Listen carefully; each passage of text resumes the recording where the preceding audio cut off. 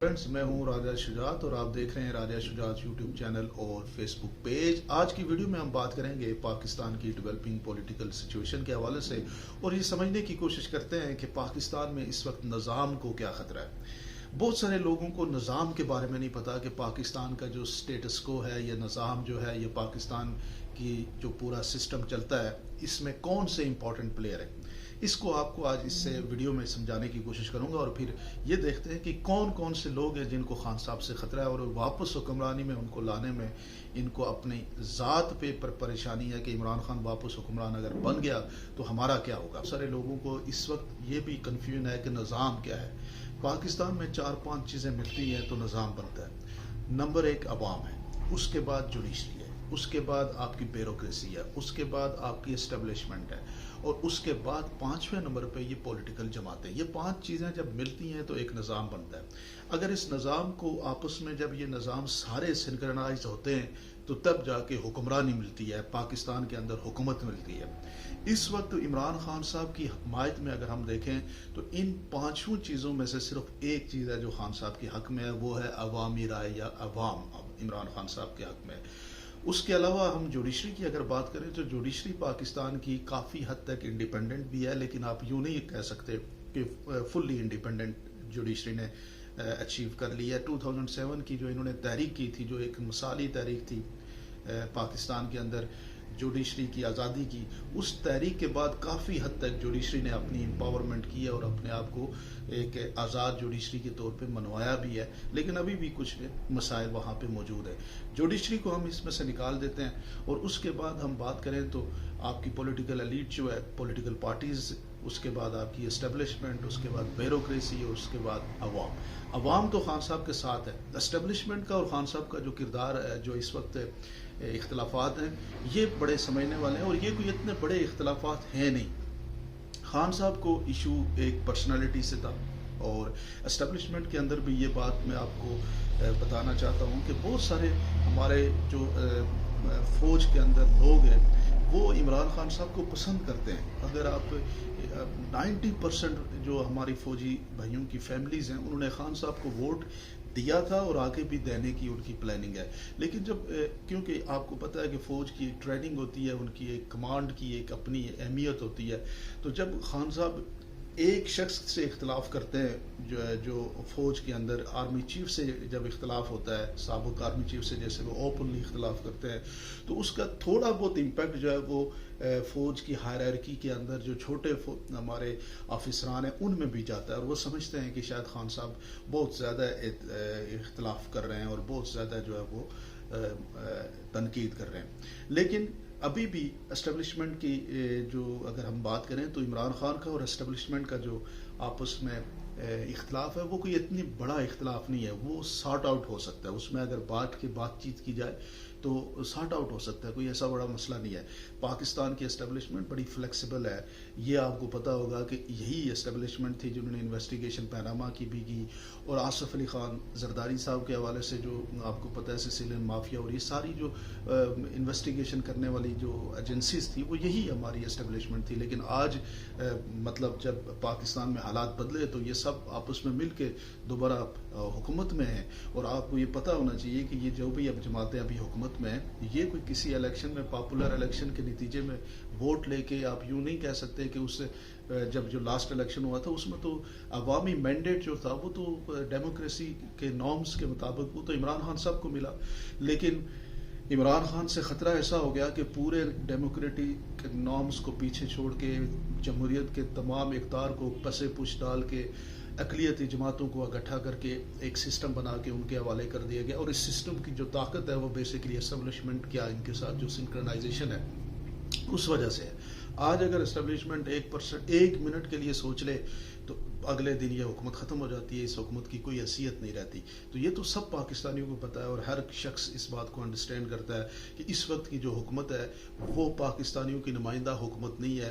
कानूनी तौर पे हम कह सकते हैं कि ये हुकूमत मौजूद है, लेकिन इस हुकूमत की पॉपुलर सपोर्ट की बात की जाए, पाकिस्तान की जिसे कहते हैं नुमाइंदगी की बात की जाए, ये अभी नुमाइंदगी की हुकूमत इस लेवल पे नहीं है।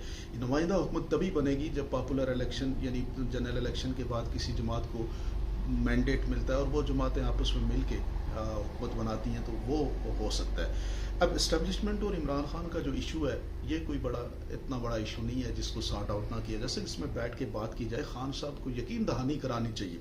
यकीन दहानी क्या है, इस वक्त लोगों के जहनों में या इस्टेब्लिशमेंट के माइंड में भी यही होगा कि शायद इमरान खान साहब वो तमाम बदले लेने की कोशिश करेंगे जो उनके साथ अभी बीते हैं। इन सारी जो आपके सामने जो इल्ज़ामात लगे हैं खान साहब के वो जनाब एक इस्टेब्लिशमेंट की वजह से आज़म सवाती के हवाले से पूरी हुकूमत जो हटाई गई, ये सारे एक पूरी प्लानिंग जो इसके हवाले से, ये इस पे बैठ के बात की जा सकती है कि आगे किस तरह से बढ़ा जाए। उसके बाद अगर हम बात करें जो हमारी पॉलिटिकल एलीट है, पॉलिटिकल एलीट जो इस वक्त हमारी मौजूद है, इन सबको ख़तरा है। इसमें आसूद ज़रदारी साहब हूँ, शहबाज शरीफ साहब हूँ, सारे नवाज शरीफ साहब हूँ, इन सबको ख़तरा है कि इमरान खान दोबारा अगर हुक्मरान बन गया तो वो नैब के कानून को बदल के तो फिर पाकिस्तान के अंदर वही सारा सिस्टम होगा कि ये सारे लोग जो है वापस प्रोब होंगे और इन सब की जो आखिरी मंजिल होगी वो जेल होगी। अब ये सब ये समझते हैं कि इमरान खान का हुकूमत में आना हम सब के लिए ख़तरा है, यानी इमरान को पावर मिल गई तो ये क्या हो जाएगा कि ये सारा सिस्टम जो हमारे ख़िलाफ़ हो जाएगा और हमारी लाइफ बड़ी मुश्किल। इसीलिए तो आप देखें ना कि कोई कानून, कोई आइन, कोई कुछ भी नहीं अभी देखा जा रहा, सिर्फ अपनी मनमानी देखी जा रही है। दफ़ा 144 इलेक्शन के माहौल में आप लगा के आम पाकिस्तानियों को आप मार कुटाई करते हैं, फिर आप बताएं कि ये क्या है। फिर इसी की एक आपको बताएं कि कल ही इमरान खान साहब के लिए एक वारंट जो है वो कोयटा की अदालत से आ गया, कोयटा किसी जेल से थाने से एक वारंट लेके टीम आ गई थी। मतलब ये था कि इमरान खान साहब बाहर आए, उनको हम गिरफ्तार करें, कोयटा लेके जाएं, इधर लेके जाएं, उधर मुख्तलिफ मुकदमों में उलझाएं और इमरान खान साहब 1 से 2 महीने जेल के अंदर रहें, उनकी ज़मानत ना हो सके और वो जाके बाहर पब्लिक में जाके अपनी कैंपेन ना कर सकें और फिर ये सिस्टम ऐसे हाईजैक करके एक नई इलेक्शन करवा के, और अब आप बताएं कि इस इलेक्शन को फिर कौन मानेगा, फिर ये क्या पाकिस्तान के मसले का हल होगा। यानी ये कुछ करके अगर आपने दोबारा हुकूमत में इनको लाना है तो फिर जो अभी हुकूमत इनकी है इसी को प्रोलॉन्ग कर ले, ज़बरदस्ती है, आपने ही आगे चलाना है सिस्टम को, तो फिर इसी हुकूमत जो मौजूद है इसी हुकूमत को आगे लेके जाए। लेकिन जब आप इस तरह से मैच को फिक्स करेंगे कि खान साहब को आप फजूल किस्म के छोटे मोटे अपना केसेस के अंदर आप उनको प्रोब करके एक इलेक्शन मुहिम से उनको दूर करेंगे और फिर जनाब आप पूरा सिस्टम हाईजैक करके, जैसे अभी कहा गया कि हम जुडिशरी के अफसरान को जो है वो इलेक्शन की ड्यूटी नहीं देंगे, मतलब जिस पे इमरान खान को ट्रस्ट है वो आप नहीं करना चाहते हैं, और बाकी जमातें मिल के खेलना चाहते हैं, उन सब को जिनको वो कंट्रोल कर रहे हैं वो सब उनका आप मान रहे हैं। तो अब बताएं ना कि फेयर प्ले की बात, फिर इस सारे इलेक्शन को कौन मानेगा जिसमें ना आप अपोजिशन की जमात को ऑन बोर्ड ले रहे हैं, ना इलेक्शन की शफाफियत के लिए उनके किसी आर्गूमेंट को आप एक्सेप्ट कर रहे हैं। तो फिर इस इलेक्शन के ऊपर इलेक्शन गुजरने के बाद फिर लोगों के दरमियान ये पाकिस्तान के मसाइल का हल नहीं होगा। इस वक्त पाकिस्तान के लोगों को, जो आम पब्लिक है, ये बड़ी बाशऊर है। इस पब्लिक का मैं बार बार कहता हूँ कि ये पब्लिक मोबाइल फ़ोन की पब्लिक है, इनके पास इंफॉर्मेशन का एक बहुत बड़ा ज़रिया है, सोर्सेज है। ये किसी तजिया नगार को, किसी टीवी चैनल को नहीं देखते। मतलब आप टीवी चैनलों पे इमरान खान को बंद करेंगे तो क्या इमरान खान अवाम तक नहीं पहुंचेगा? अवाम तक पहुंचेगा। पाकिस्तान की जो हमारे दही इलाकों में बैठे हुए लोग हैं, वो एक दफ़ा फैसला कर ले, वो 6 महीने 1 साल वो फैसला बदलते नहीं है। तो अब इमरान खान को आप इन टैक्टिक्स से आप उसको नहीं हरा सकते। बेहतरीन हाल ये है कि ये जो सियासी जमातें, इनको अपनी डर खौफ ख़त्म करना चाहिए। खान साहब ने अगर किसी के ऊपर कोई केसेस हैं, सीवियर किस्म के कोई लूट मार के केसेस हैं, तो उससे उसको डरना नहीं चाहिए, बल्कि उनको फेस करके अपने आप को इनोसेंट करार दिलवाना चाहिए। अदालतों से बरी होना चाहिए। जिस तरह से इन सियासी जमातों के लीडरान इससे पहले अदालतों में आते रहे और अपने आप को पेश करते रहे, आगे भी पेश करें, और अगर इनके ऊपर कोई केस नहीं होगा तो वो आप ये देखेंगे कि वो बरी हो जाएंगे। लेकिन ये आप पहले से ही यानी फिक्स करके आगे नहीं बढ़ सकते। तो खान साहब को अभी जो है इस वक्त जो हुकूमत में ना आने की जो सबसे बड़े ख़तरात हैं वो यही है कि इन सब को ये लगा डर कि खान साहब अगर हुकूमत में आ गए तो हमारे लिए मुश्किलात होंगी। اسٹیبلشمنٹ اپنے حساب سے سوچ رہی ہے کہ عمران خان جو ہے کنٹرول سے باہر ہے اور وہ جو ہے اپنے حساب سے چیزوں کو مینیج کریں گے. اور عمران خان کا جو پلان ہے وہ یہی ہے کہ ہم پاکستان کی ترقی کریں, پاکستان کو آگے لے کے جائیں, اس طرح کے جو چیکس ہیں ان سے نکل کے آگے بڑھیں, پاکستان کے مستقبل کی بات کریں, پاکستان کو ایک ایشین ٹائیگر کی طرف لے کے جائیں. اس کے لیے بیسک نظام کو ٹھیک کرنا ہوگا. اب آپ یہ دیکھیں کہ اس وقت کیا بیسک نظام ہے آپ کا. نگران حکومت کا مطلب یہ ہوتا ہے کہ غیر جانبدار. تو کیا پاکستان میں اس وقت کوئی پاکستانی بتا سکتا ہے پنجاب کی حکومت غیر جانبدار ہے؟ پھر اسی طرح آپ یہ دیکھیں کہ آپ کی جو اسٹیبلشمنٹ ہے یا باقی جو آپ کے طاقتور حلقے ہیں ان کا کام ہے کہ کسی بھی سب پاکستانی سیاسی جماعتوں کے ساتھ آپ مل کے چلیں. جس جماعت کے ساتھ عوام ہو, جس کو عوام مینڈیٹ دے, آپ اس کے ساتھ مل کے ورکنگ ریلیشن شپ سے آگے بڑھیں اور پاکستان کے مسائل حل ہو سکتے ہیں.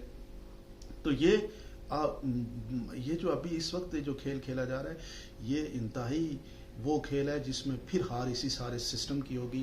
اور یہ سسٹم کے اندر جو چالیں چلنے والے ہیں کہ ہم خان کو اندر لے کے چلے جائیں گے تو بس ہمیں مسئلے نہیں ہوں گے, ہم عوام کو بلڈوز کر دیں گے تو ہمارے مسائل ہمیں کوئی پرابلم نہیں ہوگی, ہم حکومت لے لیں گے. آپ حکومت لے لیں گے لیکن حکومت کو چلا نہیں پائیں گے. آپ جائیں, آپ لوگوں سے ملیں, آپ پاکستان کے بزنس مین سے ملیں, پاکستان کے اندر باقی جو طبقہ, پاکستان کی مشینری چل ہی نہیں پا رہی. اور آپ پھر اگر الیکشن اس طرح کا کرائیں گے جس الیکشن پہ کوشچن ہوں گے تو یہ بتائیں کہ کیا پاکستان سٹیبل ہو پائے گا. آپ کیا سمجھتے ہیں ضرور کمنٹ سیکشن میں بتائیے گا. بہت بہت شکریہ.